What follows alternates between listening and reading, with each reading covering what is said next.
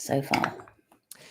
Hello, and a very warm welcome to yet another Friday Live with me, Phil Crowshaw. And I'm delighted today to be joined by Catherine Dobson. And we've just been reminiscing a little bit, actually, because Catherine and I met on a webinar that I did, which it didn't seem that long ago, but it was a lot longer ago than I realized, actually. And Catherine is kind of an expert in the whole area of psychology, particularly well-being and confidence and all that stuff in the workplace, which of course is highly relevant today. And we'll be chatting to Catherine about some of the things that she's seen and observed and experienced, particularly taking into account the last couple of years of COVID, people working from home, and the sort of some of the confidence issues that it's created. So as always, I'll just play the intro and then we'll crack on and introduce Catherine to the show. So here we go.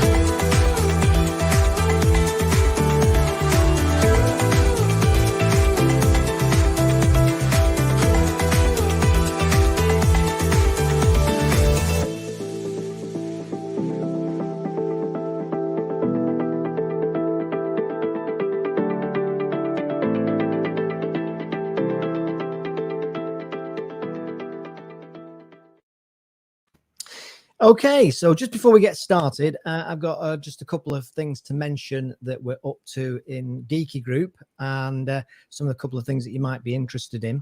The first thing to mention is that if you're a small business based in Lancashire, then you might be interested in a 2-day digital media revolution masterclass that I'm going to be running. The 2 days are on the 9th of December, the first day, and the second day is on the 16th of December. But you do have to come to the 2 dates. The first part will be more about the theory and the drivers behind the digital media revolution. And the second day then is where we'll actually get into the practical side. And I'll have all my kit with me, all the cameras, all the mixers. So it's great. People love it if they want to play, and we'll be able to do some practicing and actually try and build some confidence utilizing the various tools that are now available to us. It's all to do with Boost Lancashire. So it's fully funded for those businesses in Lancashire that meet the criteria. If you're interested in that, probably the best way to do that is in the first instance is just to contact me. I'll put my email address at the bottom, if you just bear with me a second. There we go. You can send me an email if you're interested in that, or alternatively find me on LinkedIn and Instagram and all the rest of it. Phil Crowshaw or Philip Crowshaw is what you'll find. Quite not the most common name, so it's not Smith. So if you want to find me, you should be able to find me. If you can't find me, you probably don't care about finding me. That's the best way to describe it. So that's one thing. And then the other thing, which I'm really excited about, is a 2022 gig, really. We're just putting all the elements together for it. And that's something, a program that we're running starting, which is, I've mentioned before on this show as a brand, it's called Getting to Wow. And our Getting to Wow brand is going to be launching and providing some training courses actually at the Stockport Movie Escape operation and venue in Stockport. Surprise. And I'm really excited about it because we're going to be doing some various different courses down there. And it's going to be open to any business that wants to learn more about the topics we're going to cover, which will include things like coaching skills, something called roving reporter, where you'll actually get to develop your skills, your communication skills, again using some of the kit, etc. We're doing podcasting courses, and we're also going to do some live interview stuff whereby people will be invited in to do networking and listen to an interview or a panel interview that I'll be running actually at Movie Escape in Stockport. So we're really excited about that. And it will be really nice to get back into the big, wide, real world again. These things online are fantastic. But in reality, even I'm a bit tired now of looking down the lens, and that's kind of part of my job is about looking down lenses. So it'd be great to get into a real environment. And in terms of wow, you will really get a wow feeling from Movie Escape in Stockport, where they have actual escape rooms for those of you that are familiar with the concept. But what's fantastic is that those escape rooms are movie themed.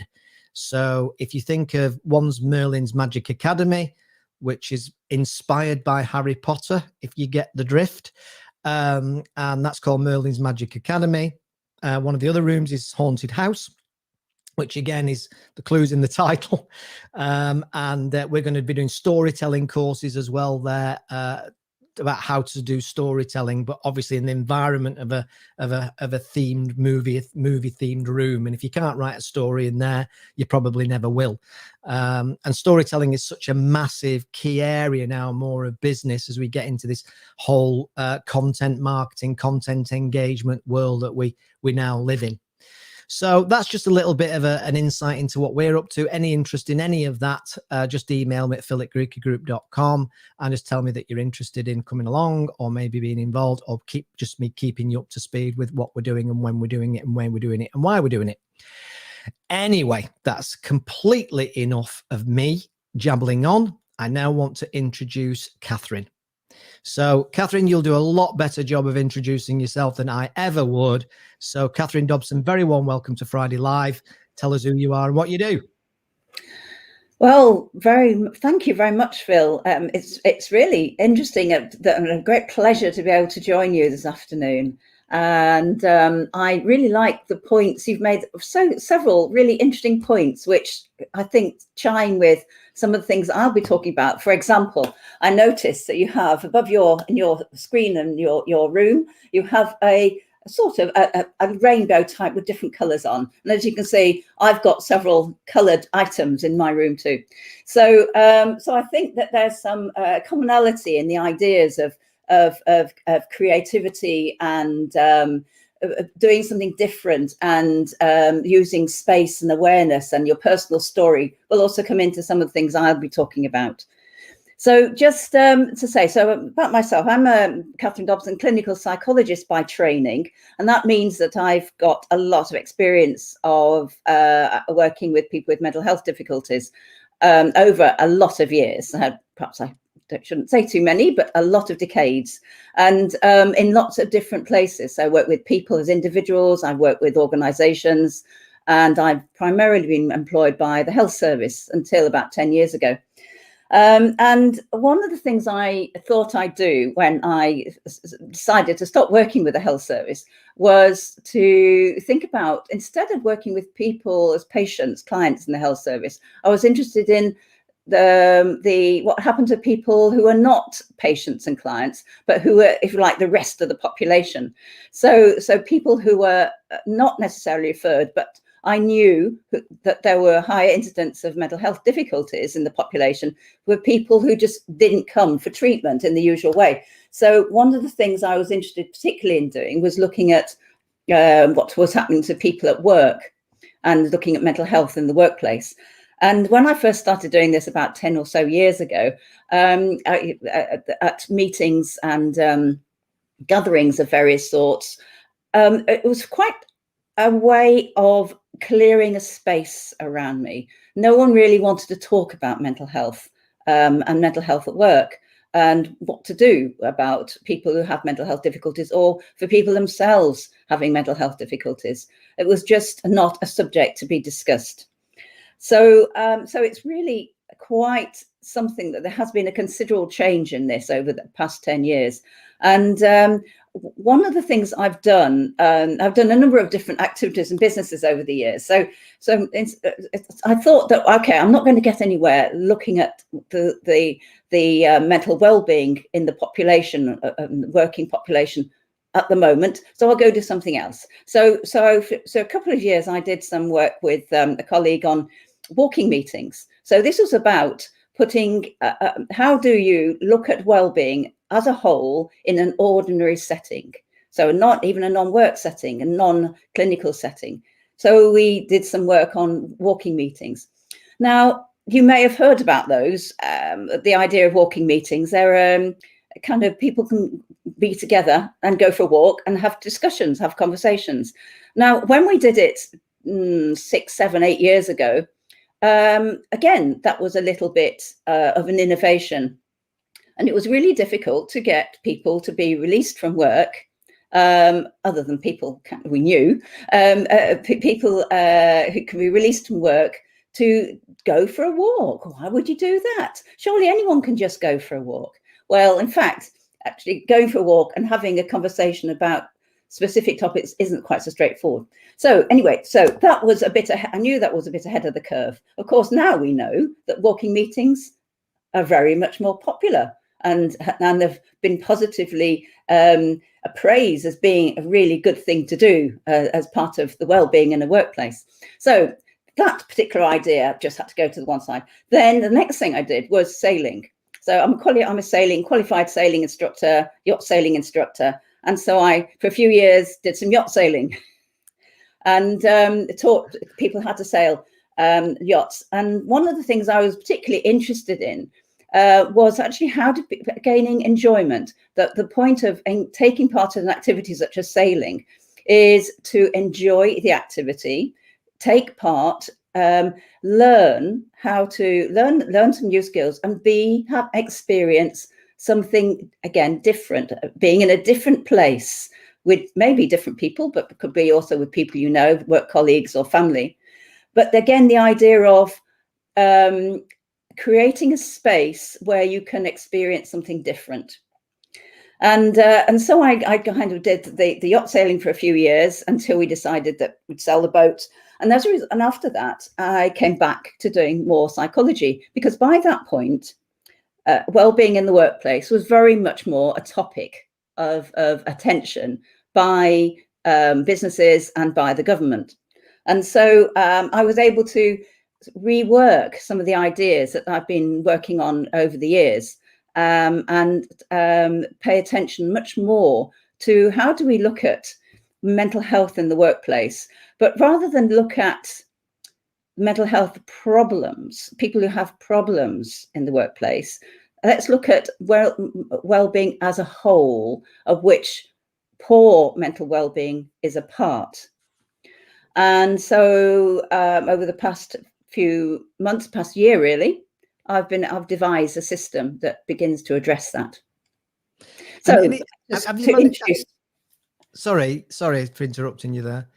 Have you managed to I always think that and this may be the driver behind it, I always think that, having a corporate background myself quite a few years ago now, I always think that a lot of companies love systems. So you're laughing, so I'm assuming you kind of partly picked that up, and it's a bit of an easier sell when there's you want to buy the system. Is that true or not? Yes. Oh, yes. So the idea of having a system, or the way that I've devised it for the model of DECARMA as a 3-tier system, is because there are interconnected parts. And so whilst the individual parts, as individual elements, the 3 sections, if you like, 3 tiers, can in themselves each work well, together they complement each other and add more, so have more of an impact. So the system is the elements, how that all works together.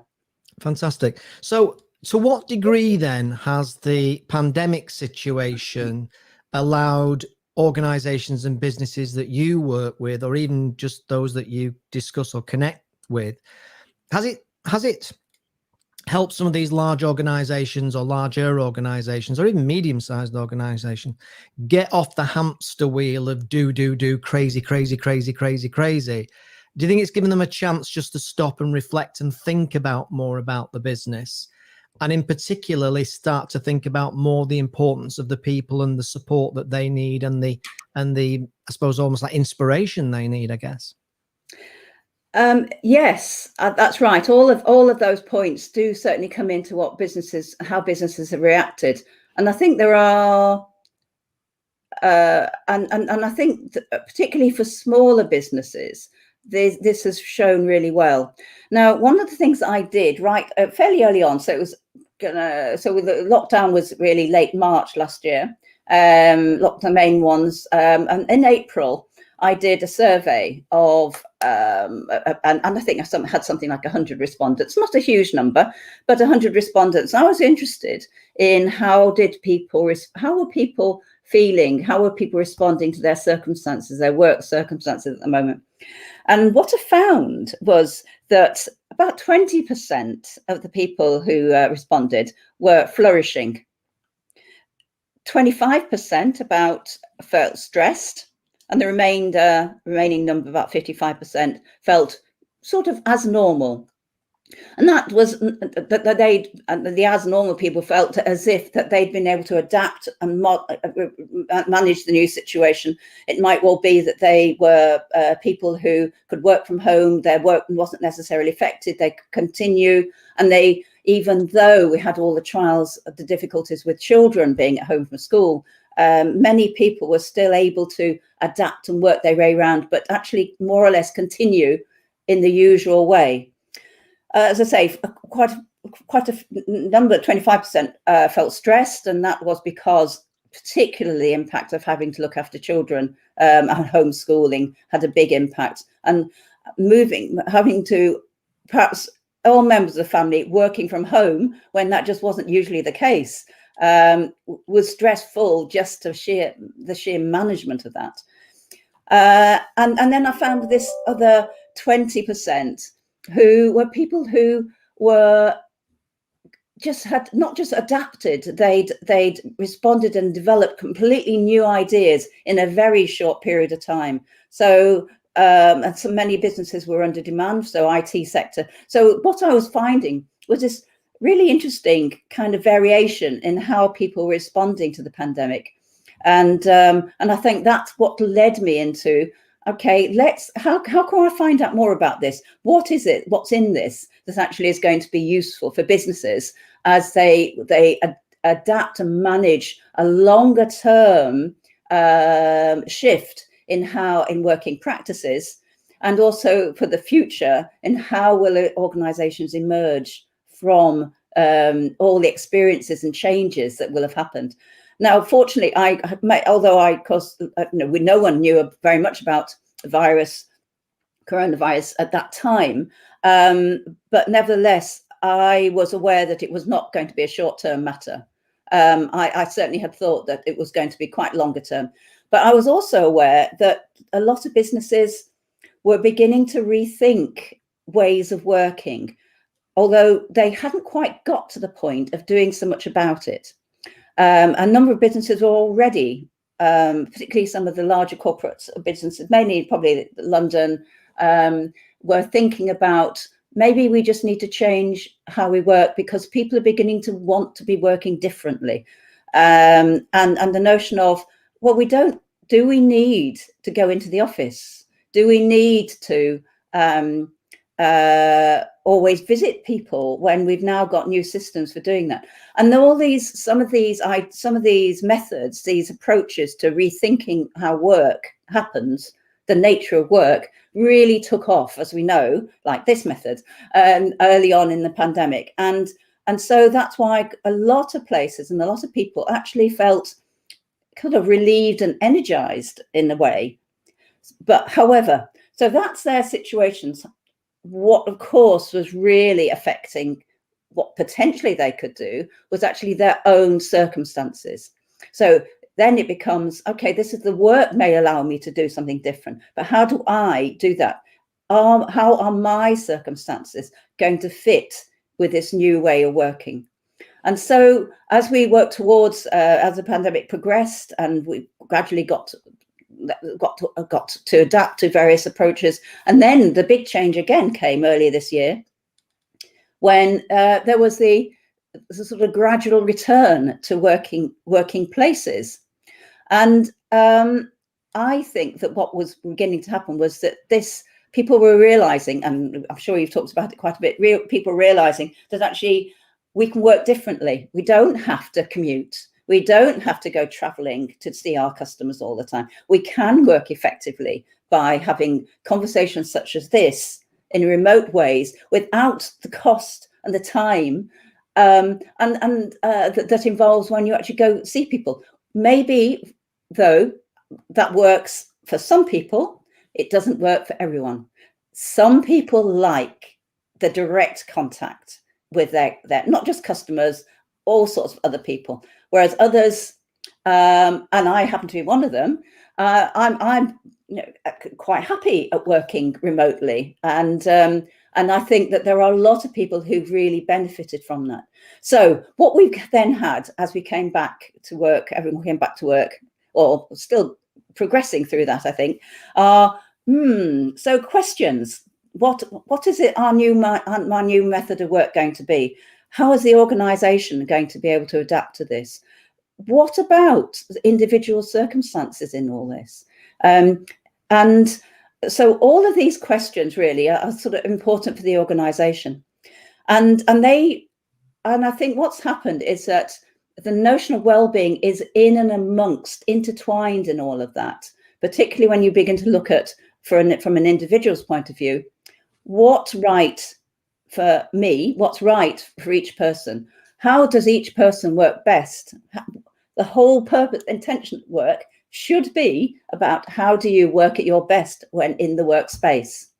And so if you just rethink about all of that, it then becomes what works for that person and what works, how do they work at their best? And I think businesses are still going through all sorts of ideas about how to do that. Yeah, gosh, it's fascinating. I'm trying to think where to start with that, or that comes. There's so much in that, isn't there? I just a slight aside, but relevant. I was driving the other day. I was driving on the M60. I say driving. I was stopped on the M60, and it was raining. It was dark, and I looked around. M60 is obviously near Manchester for those people that are not from Manchester. And I was stuck on traffic, and I looked around, and I thought, how many of these people are thinking, "Come back, Zoom, me all is forgiven." But yeah, absolutely. And it's what you said. I think is fascinating. I mean, I from my own personal point of view, I'm pretty self-aware now. I've got to the age, I guess, an experience where I'm pretty self-aware. I think you hit that tipping point where your self-awareness becomes a lot stronger. And I just love change, and I love innovation, and I love variety in my work is what I always say to people. I just love variety in my work. And it seems that in the way that I live my life now, particularly in a work context, is that I love the idea of actually that hybrid working, where one day I'm in an office with people, talking to people, or interviewing people in the real world, and then the next day I'm doing stuff online. So that mixture of different ways of working, I just love that variety in the process. But yeah, I mean, personal circumstances are going to make a massive difference, aren't they? If you've got kids making an absolute racket or creating chaos around you, and you're trying to concentrate on work, you might have a slightly different perspective on it. But what's wonderful is, I think what's wonderful now is the choice that we've got. That it's now a choice whether we jump on a train and go down to Birmingham for a meeting, or we chat, using Zoom or using online. And it creates those different options and different opportunities. And I think also, as a final observation, I think the fact that we back in the day, as they say, I was using Zoom quite a long time ago because for interviews. But I've always found that that meeting people does have another level of connection. But I've always thought, especially with the planet situation being the way it is, I've always thought that how can you justify going to see somebody? Let's just keep the Birmingham thing going to see somebody in Birmingham, every 5 minutes. And when you reflect and think, what was the value for the client or me in that going for that? Yeah, we had lunch. Yes, we put the world to rights. But then I got stuck on the M6 in this particular context, both ways. What was the real value? And I think back in the day, there was always that feeling that if you suggested a Zoom meeting, i.e. pre-COVID, it would in some way make you look like you couldn't be bothered, or you were being lazy, or you weren't committed to the client. Now, I think quite possibly they're as delighted as you are that they don't have to take you out for lunch for 3 hours, because nobody's really got the time luxury now with resources being so limited, with focus on efficiency in the workplace. Don't know what your thoughts on that are. Yes, definitely. I think that this is where businesses maybe have really pulled back, have perhaps benefited from pulling back on their travel, their travel, their claims. I know certainly 1 or 2 corporates that have really decided that they are just completely reducing their budgets for travel. Now that might be to some extent not such good news for some people, because one of the things that as individuals people like to do, the idea is traveling does allow change, it allows new experiences, it allows personal contact, it allows creativity and problem solving in new settings. For some people, that is a really important aspect of the work, and they haven't been able to replicate that as easily in working remotely. So some people will find that the need to be in having personal contact doesn't gel with them, and so that may lead to some uncertainties about working in the roles that they were working before, when they can't operate in the same kind of way. Well, one of the things I've heard talked about quite a bit is younger, less experienced people really suffering from missing the learning and development that they get from being inside an office environment with other people, which I kind of get in a way. I mean, because I'm older or old, whichever way you want to look at it, I don't have that kind of necessarily have that need, because I've had that injection of personal mentoring, personal observing people, getting used to how to build relationships, how to avoid conflicts and all that kind of thing. But I probably only got that from being in the physical locations I've been in throughout my career, whereas I probably wouldn't have had that to that same level anywhere near if it had all been remote. What's your thoughts on that? Sure. Yes, I think you're right, and that there are just some people who need to be with others because of being able to, if you like, spark more directly from being with others. And although I think interactive methods have tried to replicate that, I think that is just, it is different from being in the same room and sharing the, if you like, having the shared atmosphere that being in the room, having meetings, doing projects, and all sorts of things, it just makes it is a quality difference.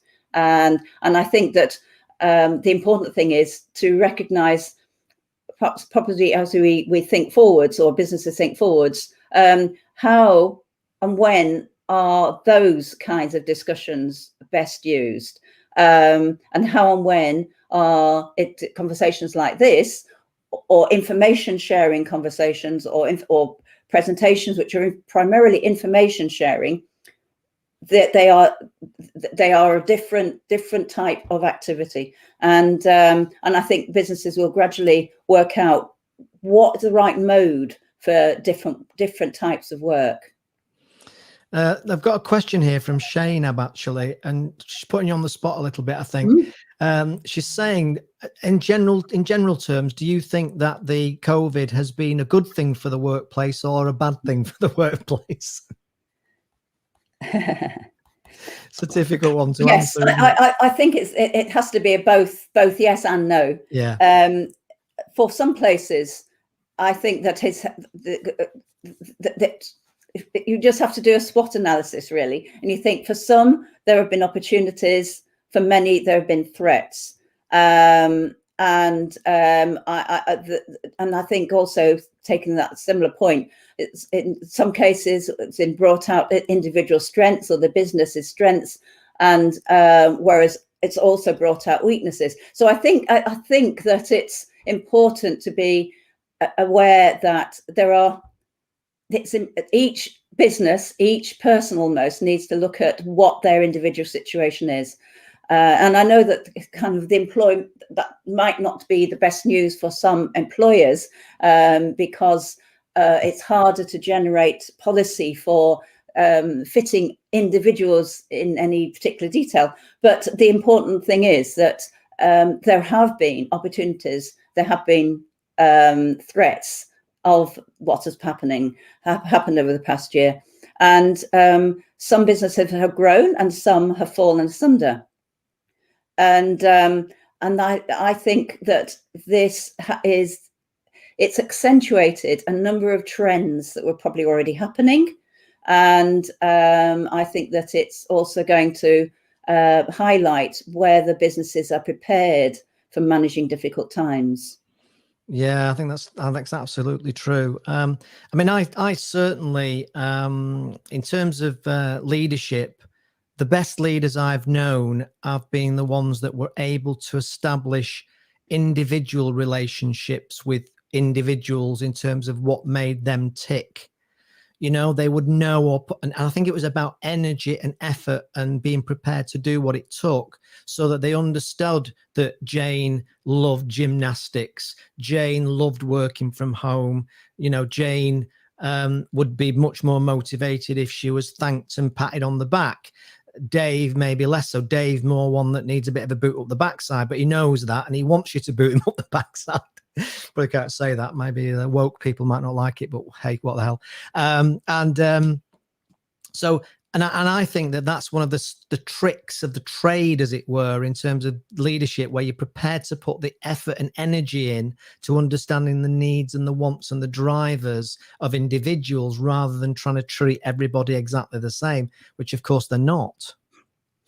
Yes, thank you. That's a really key point to the approach that I've been working on, which is pay attention to the individuals. People are unique. Every person is unique. Their circumstances are unique. The way people as individuals deal with the world and their circumstances and their working situation that's all unique to them. And so therefore it's really important to be able to work out following this idea of what's right for whom, what's the right method. And one of the things that I think that's quite important is partly the pandemic, but also new approaches to thinking about how businesses work, is if we look at what helps individuals work, that helps their well-being. It's actually, if people can be encouraged to do more of what works for them, that builds on their strengths, they're more likely to have a positive approach to work. They're more likely to be engaged. They're more likely to be productive at work, and they're more likely to work collaboratively with colleagues, even though they recognize that maybe their strengths are different. So a couple of people in a team will work collaboratively, but not necessarily do exactly the same things. And so the idea of looking at well-being really fits into that point, that it's a way of thinking about what individual circumstances are like, and the importance of beginning to consider businesses also from what works for individuals, as well as how does that build up to what works for the teams, and then from that up to how the organization works. Clearly there's a backwards loop as well, which is the organization has its intentions and goals and overall oversight of how everything works together. And so what's really important is it's seeing the role of individuals and the teams and how all those things work together. Yeah, I've often wondered, actually. I saw some research some years ago now that suggested that overall productivity and overall success of a company seemed to be exactly the same, whether it was an autocratic approach to business and work, or whether it's a democratic work approach to work or business. In other words, the theory says or said that if you are democratic, you have a democratic approach, it will always be significantly more successful in terms of output than if you have an autocratic one. And yet the research suggested back then that actually there was no real difference, because people would behave, if it was a democratic scenario, then they would behave because they wanted contribution and they wanted to do a good job. But then the people would still perform under the autocratic system because they were being told what to do. And as a result, they didn't want to react against that autocratic culture. What's your views on it? I think that more recently, the evidence is going more in the direction of democratic or empowering organisations, having a more positive impact way of working with staff, with employees. And certainly that appears to be the preferred way of working for people who are kind of under 40, perhaps under 40s, in the sense of having a say in how the business works and how you work as an individual is important. However, I actually think also that depends on the type of work or the nature of the business. And I think that there are some people who require more clear direction. Whereas other people like the idea of a freedom and opportunity to explore, if like in their work, because that's a strength. So the key thing is making sure that there are enough people, the right mix of people for the types of work required, types of tasks, like types of activities required for the organization. And the organization in turn having the capability of allowing development of people. It's the stagnating of people in the workplace, the loss of opportunity for development, given that your background's training development, loss of opportunity for development, which actually sort of puts a ceiling on what people are wanting to do. Although, of course, not everyone wants to keep progressing as if achieving at work. People maybe reach a certain balance of how they are working, how much effort they're putting into their work vis-a-vis other aspects of their life. And so we have here the link, very important links between how people present at work and how they are in the rest of their life.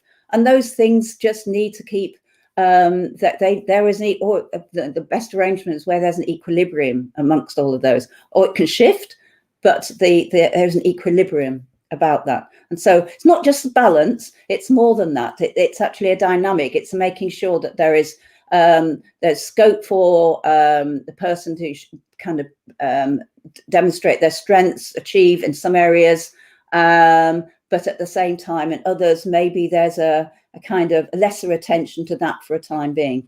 And so I think that it's important for people to see, this is why well-being is about the person and the whole person, rather than just their mental, how they are, where they cause problems, if you like. Their mental health causes problems. So that's why I take a much broader view about well-being than probably a lot of people do on this topic.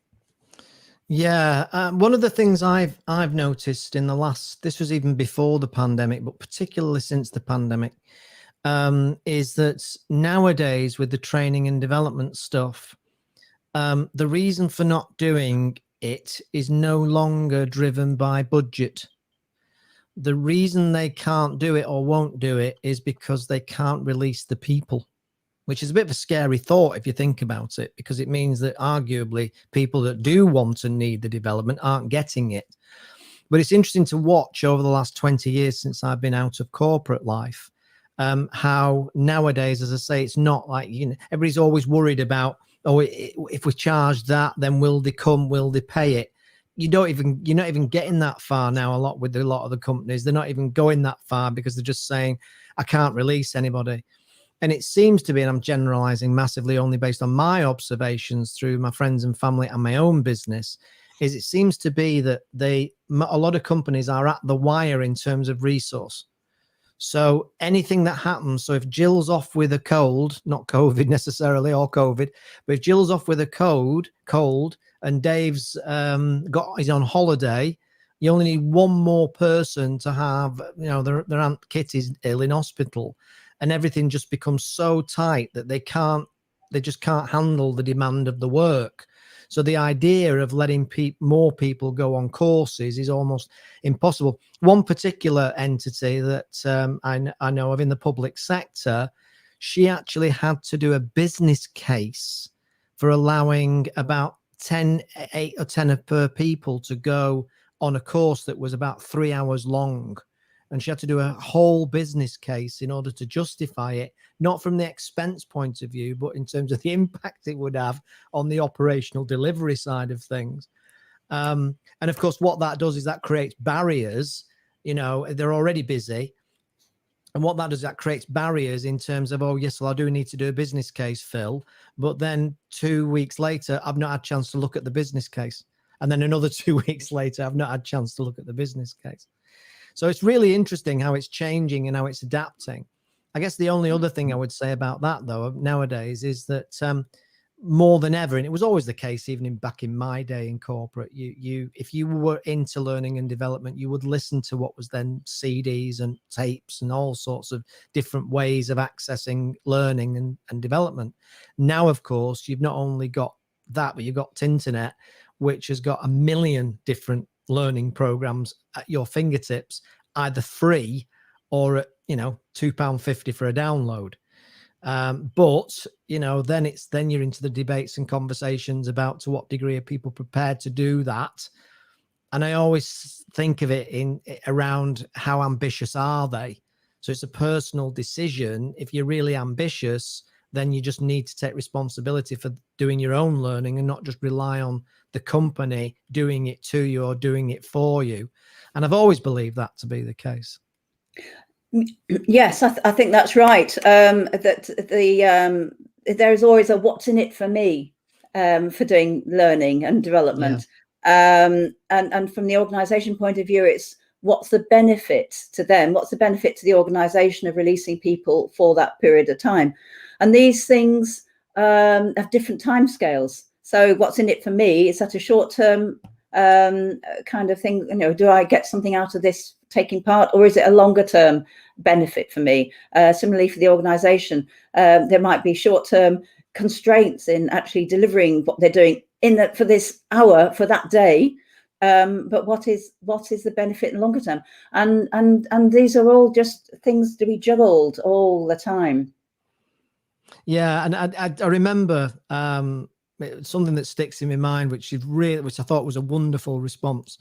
And I heard somebody doing a speech a few years ago now, and the person in the audience says, "Well, what happens if I train all the staff and they leave?"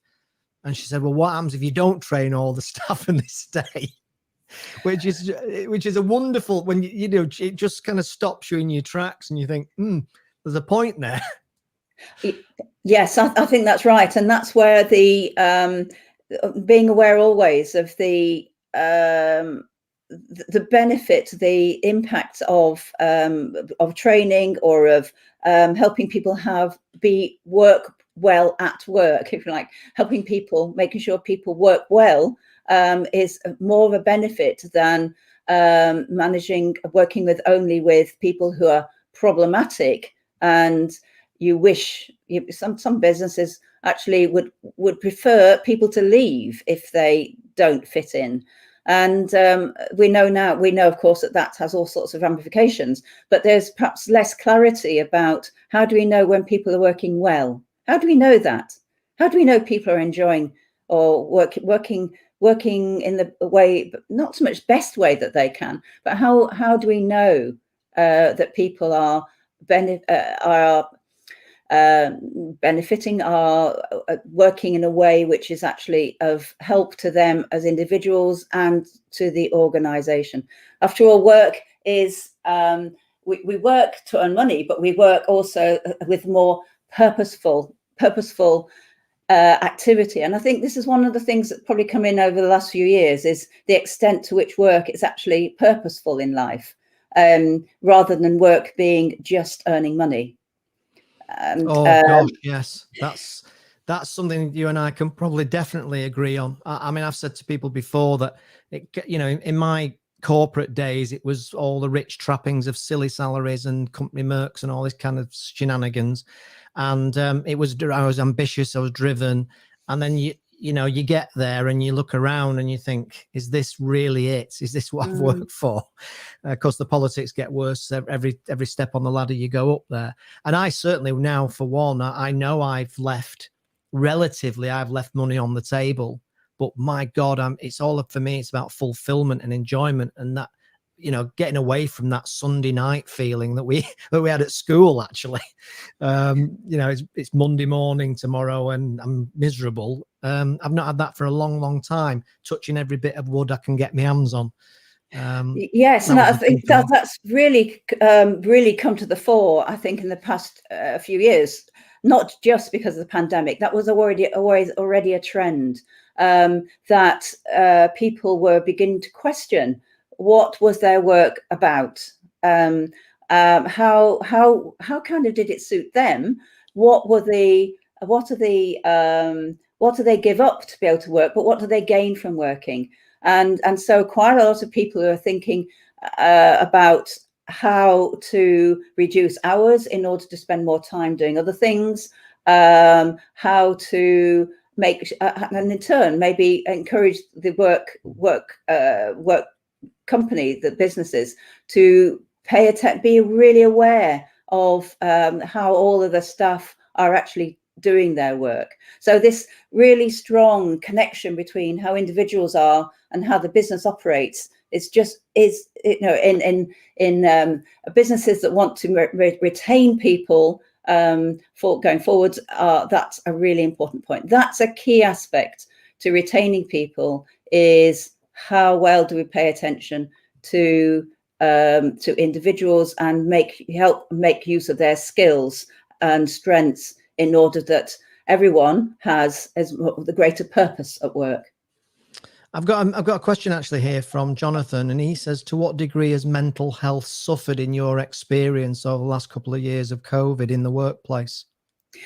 I think one of the things that's been really in several aspects of this, mental health has been affected because of the sheer impact of changes, restrictions that people have come to the fore, really, that the sense of having decisions taken by others about what you do, reducing the scope that you have for doing working the way that you might prefer to be working. So an example, in the health service and many organizations, people have felt that they've been constrained. They've not been able to work as well as they wanted. They've been prevented from doing that by perhaps increased demand, or just not able to work in the way that suits.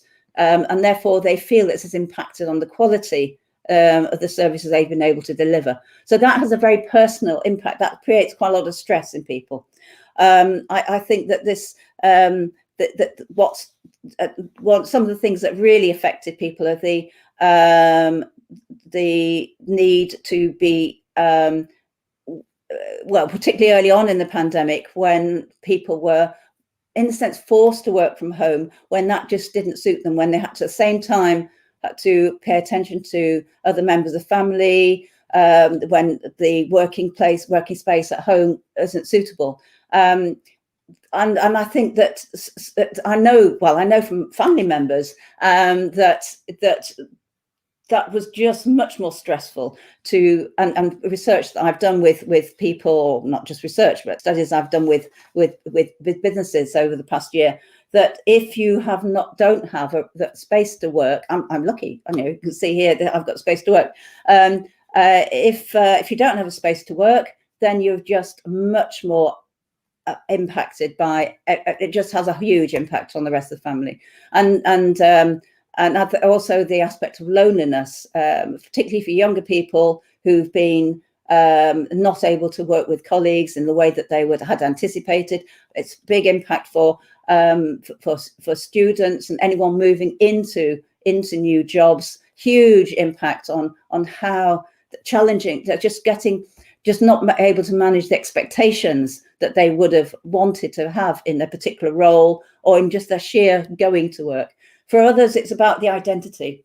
And so the mental health aspects come in because of the tensions and having to deal with these things, and maybe also not realizing what is it that's going on. A lot of people would feel anxious because of these tensions, and that leads on to all sorts of other ways of having difficulties in day-to-day life. So yes, so definitely the tensions that are around will have led to a lot of people having much higher levels of anxiety, and that will have had knock-on effects to all sorts of other things. I saw something the other day that said there's a new thing in town, which is getting back to normal anxiety is apparently something. which when I read, I thought, really? And then when I read the article, I kind of understood where they were coming from. You know, it's almost like that whole thing of working from home and flexibility, and maybe they have adapted well and they've enjoyed that and they've preferred that. And then suddenly the boss is saying, right, it's all over, get your backside back in the office. And that whole idea of going back to normality is a real anxiety. And when I thought about it, I thought it probably is a real thing. Yes, it is, and that's why certainly early on in the pandemic, that there were very much higher levels of anxiety because of having to make such major changes in day-to-day life. So that's right, and of course, by the time people settled, and then there was the change back again, that kind of upsets things, and for many people, they'd actually been able to work out what was a better way for them. Particularly, you know, some people were able to have their pets to look after more, or able to go out walking or doing something during the day. However, for many others, it's about the environment. Is their environment the right kind of place? And that's why in the model of well-being for individuals that I've got is a number of these different elements. For everyone has to. So the idea is that you check how you are against a lot of these ideas, these points. So what's your environment like? How's your family? How do you feel about your work? How fulfilled do you feel about the work that you're doing or about your life? And so the model of well-being I use is very much kind of helping people check for themselves what their understanding of their world is like, and then from that look at what for them could be small changes, but how kind of as a group of people, how that looks across a group of people. So if everyone is struggling with their as let's say feeling their achievement and not achieving well at work, then clearly that's going to have a knock-on effect to how the work gets delivered, gets undertaken. Yeah, absolutely. Great stuff. Right. Okay, then. So probably time to call it a day, because I can tell with these conversations with people like you, Catherine, we could be here at midnight and still going strong. And now we don't have to pay. Now we don't have to pay by minute for broadband. That's always even more of a possibility. So how do people get hold of you, Catherine, if they wanted to find out more about the work that you do, if they wanted to work with you or bring you into the company? How do they best get in touch with you? The easiest way is by phone. I'm afraid I still phone and email, I have to say, work best. I do have as the model I've been talking about is still kind of in development, but I have a website for that, and I have some materials about that. So the best way is to contact me at catherine@cdpsychology.co.uk. Brilliant. And I'll pop that in there because this is live streaming on Facebook, LinkedIn, and YouTube simultaneously. I can never say that word. And I'll pop that into the comments below for people to take that down, make a note of that, and then they'll be able to contact you. Catherine, thanks ever so much for joining me today. That's nearly just nearly an hour, which has just flown by. I'm delighted to say. And it'd be great to hopefully see you out on the road. Sounds like Mad Max, doesn't it? See you on the road, Brahms. You know, I can't do an American accent. And it'd be great to see you out and actually meet you in person next time, instead of it always seems to be via the screen. In fact, actually, I'll put this out there now for you to have a think about. But I think it'd be great if you were interested in coming down to Stockport at Movie Escape and being my guest on the couch and doing having a chat like we've just done. I think that would be really good. And I'm looking to invite different people from different backgrounds and different roles for different topics, if you like. So I think what HR directors and HR managers is one of the targets for this. So it'd be great to have you on a panel or as a guest on one of those. So just drop me a quick note on LinkedIn if that floats your boat. Or if not, that's no problem. I won't judge you at all. It's just something you might be interested in. Right. So thanks very much for joining me today. Hope everybody's got a lot from that. I know I have. I've made a few notes here myself. One of the things I love doing about this is I learn something every single time. And I've just I jotted down those percentages, which I thought were really, really interesting. So that's it. We are now coming up to 4 p.m. on Friday. And hope you have a great weekend, an enjoyable weekend. I think it's going to get a bit colder this weekend. So get your winter woolies out and your winter woolies out even, and your snow spades. No, it's not going to be that bad. And have a great weekend. And I'll see you soon again. Easy for me to say.